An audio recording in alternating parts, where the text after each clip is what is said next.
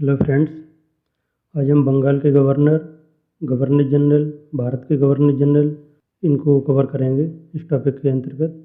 तो स्टार्ट करते हैं। बंगाल के गवर्नर थे वो कौन कौन थे, ये कई बार क्रम लगाने के लिए आ जाता है। तो पहला था रॉबर्ट क्लाइव, दूसरा था विंस्टार्ट, तीसरा था वेरिलस्ट, चौथा कार्टियर और पांचवा वॉरेन हेस्टिंग्स।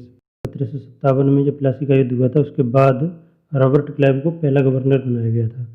उससे पहले ये देख लेते हैं, इंपॉर्टेंट पॉइंट है, कभी आ सकता है कि प्लासी के युद्ध के टाइम पर बंगाल में अंग्रेज़ों का प्रमुख कौन था। तो बंगाल में अंग्रेज़ों का प्रमुख उस टाइम रॉजर ड्रेक था। तो रॉबर्ट क्लाइव 1757 में जो गवर्नर बनाया गया था बंगाल का, तो 1757 से 60 तक रहा। दूसरी बार भी ये फिर आया जो 1765 से 1767 तक रहा। ये पहला गवर्नर था बंगाल का। इसके टाइम में 3 महत्वपूर्ण चीज़ें हुई। एक तो इलाहाबाद की संधि हुई जो मुगल बादशाह शाह आलम द्वितीय से 1765 ईस्वी में हुई, जिसमें ये बंगाल, बिहार एवं उड़ीसा की दीवानी प्राप्त की। द्वैध शासन इसके टाइम पर 1765 से 1772 ईस्वी तक। 1772 में वॉरेन हेस्टिंग्स ने इसको ख़त्म कर दिया। तीसरा है श्वेत विद्रोह। श्वेत विद्रोह में क्या था कि जो बंगाल के बाहर के जो सैनिक थे उनके लिए भत्ता केवल रहने दिया गया। बंगाल के सैनिकों को दोहरा भत्ता मिलता था, उनका भत्ता खत्म कर दिया, इसलिए वहाँ के सैनिकों ने विद्रोह कर दिया था। रॉबर्ट क्लाइव के बारे में एक और महत्वपूर्ण बात है कि इसने इंग्लैंड में जाकर आत्महत्या कर ली थी। उसके बाद एक पॉइंट इम्पोर्टेंट है, हालवेल था एक जो टेम्प्रेरी गवर्नर बना दिया गया था वहाँ पे 1760 में। तो इसने ब्लैक होल की जो घटना हुई थी उसका इसने वर्णन किया है, सिराजुद्दौला के टाइम में जो हुई थी। तो अब दूसरा जो गवर्नर है वो है विंस्टार्ट, जो 1760 से 1765 ईस्वी तक रहा। इसके टाइम की महत्वपूर्ण घटना बक्सर का युद्ध है जो 1764 ईस्वी में हुआ था। अगला जो गवर्नर है बंगाल का वो है वेरिलस्ट। ये 1767 से 69 तक रहा। इसमें कोई महत्वपूर्ण घटना नहीं। चौथा जो है गवर्नर वो है कार्टियर, जो 1769 से 1772 ईस्वी तक रहा। तो इसके टाइम पर महत्वपूर्ण घटना ये है कि बंगाल में जो आधुनिक भारत का पहला जो अकाल पड़ा था वो 1770 में पड़ा था। अगर कभी क्वेश्चन बनता है कि बंगाल में जो 1770 का जो अकाल पड़ा था उस टाइम वहाँ गवर्नर कौन था, तो उसका आंसर हो जाएगा, ध्यान रखना, कार्टियर। और अगर ये क्वेश्चन बनता है कि द्वैध शासन के टाइम पर कौन कौन गवर्नर रहे थे बंगाल में, तो इसमें हो जाएगा एक तो जो रॉबर्ट क्लाइव था जिसने उसको लागू किया था, दूसरा वेरिलस्ट, तीसरा कार्टियर, इसने वॉरेन हेस्टिंग्स ने तो आके ख़त्म ही कर दिया था 1772 ईस्वी में। तो जो अगला वॉरेन हेस्टिंग्स है वो बंगाल का अंतिम गवर्नर है, इसने द्वैध शासन को समाप्त कर दिया था। अब बंगाल के गवर्नर जनरल को देखते हैं। पहला था वॉरेन हेस्टिंग्स जो 1774 से 1785 तक रहा। दूसरा लॉर्ड कॉर्नवालिस जो 1786 से 93 तक। तीसरा जॉन शोर जो 1793 से 1798 तक रहा। अगला लॉर्ड वेलेजली जो 1798 से 1805 तक रहा।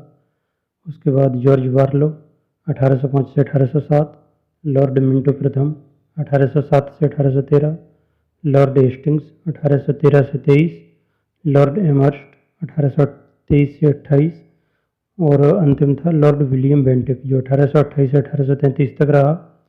इसके बाद 1833 की चार्टर एक्ट द्वारा इसे भारत का गवर्नर जनरल बना दिया गया। तो पहला देखते हैं वॉरेन हेस्टिंग्स। 1773 के रेगुलेटिंग एक्ट के द्वारा वॉरेन हेस्टिंग्स को बंगाल का पहला गवर्नर जनरल बना दिया गया। इससे पहले ये वहाँ का गवर्नर था। इसके काल की प्रमुख घटनाएं देखते हैं। इसने राजस्व बोर्ड या बोर्ड ऑफ रेवेन्यू का गठन किया तथा राजकीय कोषागार को मुर्शिदाबाद से कलकत्ता लाया गया। रेगुलेटिंग एक्ट के तहत 1774 में कलकत्ता में एक सुप्रीम कोर्ट की स्थापना की गई। इसके मुख्य न्यायाधीश एलिजा एम्पे को बनाया गया। इस प्रकार भारत में न्यायिक सेवा का जन्मदाता वॉरेन हेस्टिंग्स को माना जाता है। इसी के समय नंद कुमार पर अभियोग चलाया गया और उनको फांसी की सजा दी गई थी। बनारस की संधि 1773 तथा फैजाबाद की संधि 1775 इसी के समय की गई थी। फैजाबाद की संधि द्वारा अवध की बेगमों की संपत्ति की सुरक्षा की गारंटी दी गई थी। 1784 में विलियम जोन्स द्वारा एशियाटिक सोसाइटी ऑफ बंगाल की स्थापना कलकत्ता में की गई। 1781 में कलकत्ता में मुस्लिम शिक्षा के विकास के लिए प्रथम मदरसा स्थापित किया गया। 1782 में जोनाथन डंकन ने बनारस में संस्कृत विद्यालय की स्थापना की। इसी के समय में 1780 में भारत का पहला समाचार पत्र द बंगाल गजट का प्रकाशन जेम्स ऑगस्टस एक्की ने किया था। इसने मुगल बादशाह को मिलने वाली 26 लाख रुपए की वार्षिक पेंशन बंद करवा दी। इसने 1772 में 5 वर्षीय एवं 1777 में 1 वर्षीय भू राजस्व बंदोबस्त किया। प्रथम आंग्ल मराठा युद्ध जो 1775 से 1782 तक चला एवं द्वितीय आंग्ल मैसूर युद्ध 1780 से 1784 इसी के समय लड़े गए। पिट्स इंडिया एक्ट के विरोध में इस्तीफा देकर जब वॉरेन हेस्टिंग्स इंग्लैंड पहुंचा तो बर्क द्वारा उस पर महाभियोग लगाया गया। अगला मैकफर्सन है जो 1785-86 में रहा। ये अस्थायी गवर्नर जनरल था। अगला जो गवर्नर जनरल है वो लॉर्ड कॉर्नवालिस है जो 1786 से 1793 तक रहा। 1789 में 10 व्यापार पर रोक लगाई इसने। ये भारत में सिविल सेवा तथा पुलिस सेवा का जन्मदाता माना जाता है। 1793 में इसने स्थायी बंदोबस्त व्यवस्था लागू की। स्थायी बंदोबस्त की योजना जॉन शोर ने बनाई थी। इसने 1793 में कॉर्नवालिस संहिता का निर्माण करवाया जो शक्तियों के पृथक्करण के सिद्धांत पर आधारित थी। इसने कंपनी के कर्मचारियों के व्यक्तिगत व्यापार पर रोक लगा दी। कॉर्नवालिस एकमात्र गवर्नर जनरल है जिसकी समाधि भारत में गाजीपुर में स्थित है। अगला गवर्नर जनरल जॉन शोर है जो 1793 से 1798 तक रहा। इसके काल की मुख्य घटना यह है कि मैसूर के प्रति हस्तक्षेप की नीति का पालन किया इसने। अगला लॉर्ड वेलेजली है जो 1798 से 1805 तक रहा। इसके काल की प्रमुख चीज़ें हैं वो देख लेते हैं। पहले तो सहायक संधि इसने की। सबसे पहले हैदराबाद के साथ 1798 ईस्वी में, फिर मैसूर के साथ 1799 में, तंजौर के साथ 1799 में ही, अवध के साथ 1801 में, पेशवा के साथ 1802 में, बरार एवं भोंसले के साथ 1803 में, सिंधिया के साथ 1804 में, जोधपुर, जयपुर, मच्छड़ी, बूंदी तथा भरतपुर के साथ भी सहायक संधि की गई। सहायक संधि स्वीकार करने वाले राज्यों के विदेशी संबंध अंग्रेजों के अधीन हो जाते थे, परंतु आंतरिक मामलों में कोई हस्तक्षेप नहीं किया जाता था। भारत में सहायक संधि का प्रयोग वेलेजली से पहले फ्रांसीसी गवर्नर डुप्ले कर चुका था। इसने भारतीय सिविल सेवा ICS में भर्ती किए गए युवकों के प्रशिक्षण के लिए 1800 ईस्वी में कलकत्ता में फोर्ट विलियम कॉलेज की स्थापना की। वह स्वयं को बंगाल का शेर कहा करता था। कॉर्नवालिस 1805 में फिर से गवर्नर जनरल बनाया गया, लेकिन उसकी तुरंत ही मृत्यु हो गई। तो फिर जॉर्ज बार्लो को बनाया गया जो 1805 से 1807 तक रहा। इसके समय में 1806 में वेल्लोर में सिपाही विद्रोह हुआ। इसने हस्तक्षेप की नीति का कड़ाई से पालन किया। अगला है लॉर्ड मिंटो प्रथम जो 1807 से 1813 तक रहा। इसके समय में रणजीत सिंह एवं अंग्रेजों के मध्य 1809 में अमृतसर की संधि की गई। अंग्रेजों की तरफ से चार्ल्स मेटकॉफ ने हस्ताक्षर किए। लॉर्ड हेस्टिंग्स 1813 से 23। इसके समय में हस्तक्षेप की नीति का परित्याग कर दिया गया, मतलब त्याग दी गई। आंग्ल नेपाल युद्ध 1814 से 16 इसी के टाइम में हुआ। ये संगौली की संधि या सुगौली की संधि से इसका अंत हुआ। इसी संधि के तहत कुमाऊं, गढ़वाल, शिमला, रानीखेत एवं नैनीताल अंग्रेजों के अधिकार में आ गए। इसने पिंडारियों का दमन किया। ये लुटेरों का दल था। उस समय 4 प्रमुख पिंडारी सरदार थे: चीतू, वासिल मोहम्मद, अमीर खां एवं करीम खां। तृतीय आंग्ल मराठा युद्ध में मराठों को अंतिम रूप से पराजित कर मराठा संघ को भंग कर दिया। इसने प्रेस पर लगे प्रतिबंधों को समाप्त कर प्रेस के मार्गदर्शन के लिए नियम बनाए। इसी के समय 1822 ईस्वी में काश्तकारी अधिनियम या टेनेंसी एक्ट लागू किया गया। लॉर्ड एडम्स 1823 में अस्थायी गवर्नर बनाया गया था। इसके समय में प्रेस पर पुनः प्रतिबंध लगा दिया गया था। अगला गवर्नर जनरल लॉर्ड एमहर्स्ट जो 1823 से 1828 ईस्वी तक रहा। इसके समय में प्रथम आंग्ल बर्मा युद्ध हुआ जो 1824 से 26 के बीच चला। इसका समापन यांडबू की संधि से हुआ। 1824 में बैरकपुर की छावनी में सैनिक विद्रोह हुआ। इसका कारण था कि भारतीय सैनिकों द्वारा बर्मा जाकर युद्ध करने से इनकार कर दिया गया क्योंकि समुद्र पार जाना इनके धर्म के विरुद्ध था।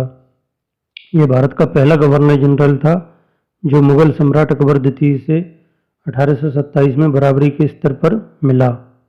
अब भारत के गवर्नर जनरल को देखते हैं। पहला था लॉर्ड विलियम बेंटिक जो 1828 से 1835 तक रहा। दूसरा चार्ल्स मेटकॉफ जो 1835-36 में रहा। लॉर्ड ऑकलैंड 1836 से 42।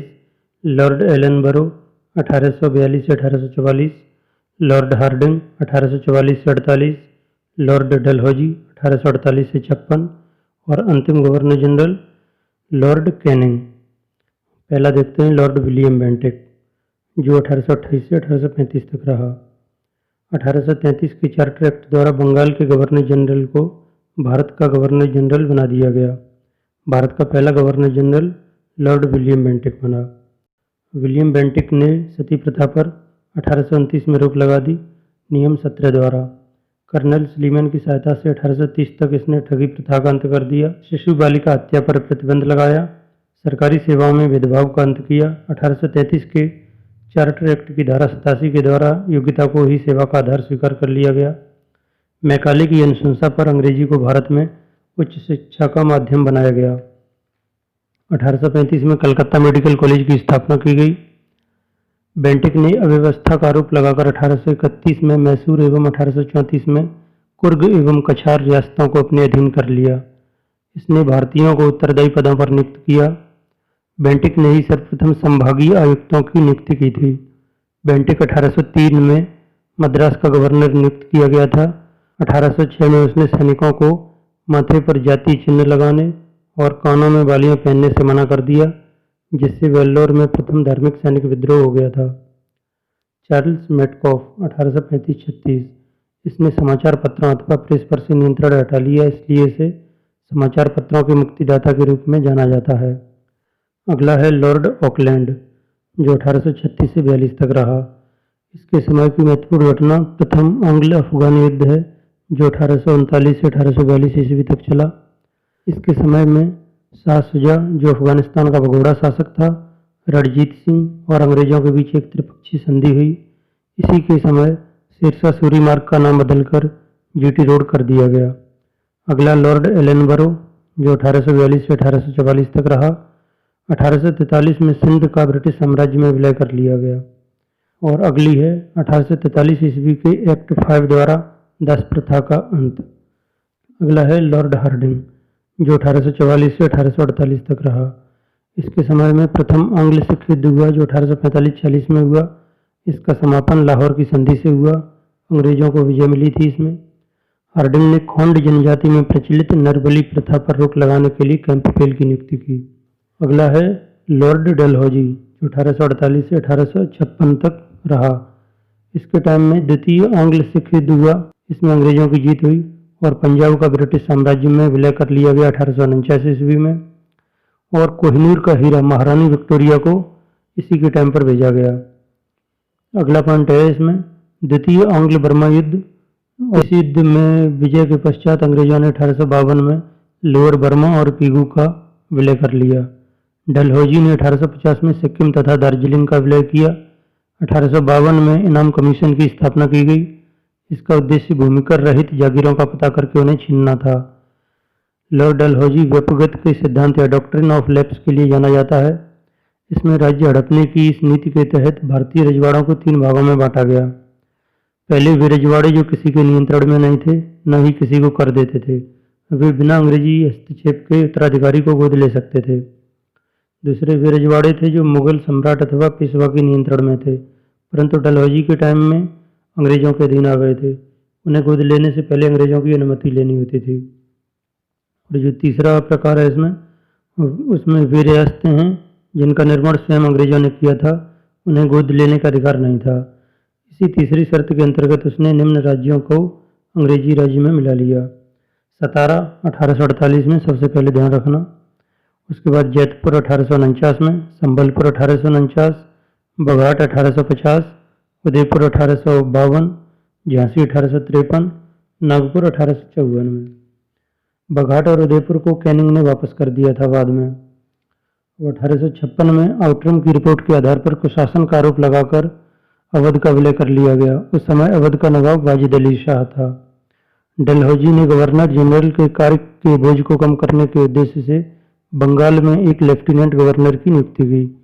सैन्य सुधार के अंतर्गत उसने तोपखाने का मुख्यालय कलकत्ता से मेरठ स्थानांतरित किया तथा सेना का मुख्यालय शिमला में स्थापित किया। इसी के समय शिमला को भारत की ग्रीष्मकालीन राजधानी बनाया गया। 1854 ईस्वी का चार्ल्स वुड का डिस्पैच, जो विश्वविद्यालय शिक्षा से संबंधित था, पारित किया गया।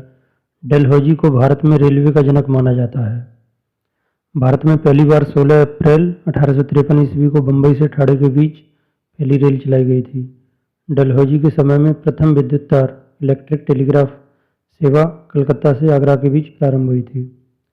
1854 में पारित पोस्ट ऑफिस एक्ट द्वारा पहली बार डाक टिकटों का प्रचलन शुरू हुआ। अब 2 पैसे की दर पर कहीं भी पत्र भेजा जा सकता था। डलहौजी ने सार्वजनिक निर्माण विभाग PWD की स्थापना की।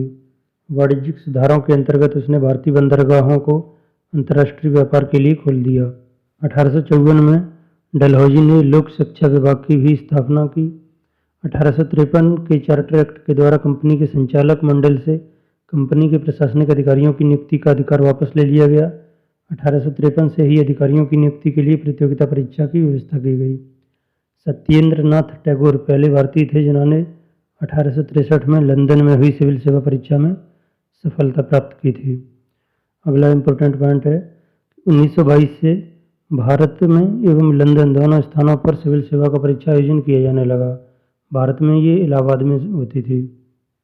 इस तरह भारत के गवर्नर जनरल कंप्लीट हो गए। अब नेक्स्ट वीडियो में भारत के वायसराय करेंगे। इसमें करते लेकिन वीडियो बहुत ज़्यादा लंबा हो जाएगा, इसलिए भारत के वायसराय अगली वीडियो में करेंगे। Thank you.